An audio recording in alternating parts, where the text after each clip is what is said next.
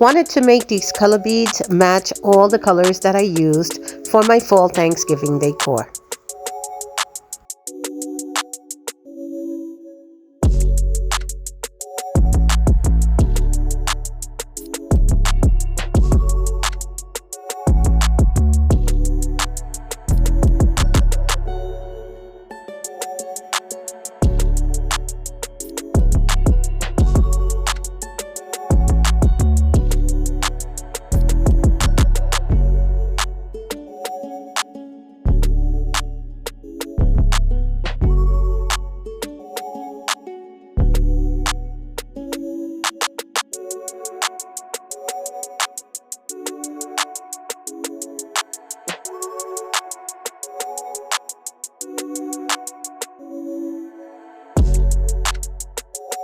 Thank you for stopping by to DIY with Jules Soto.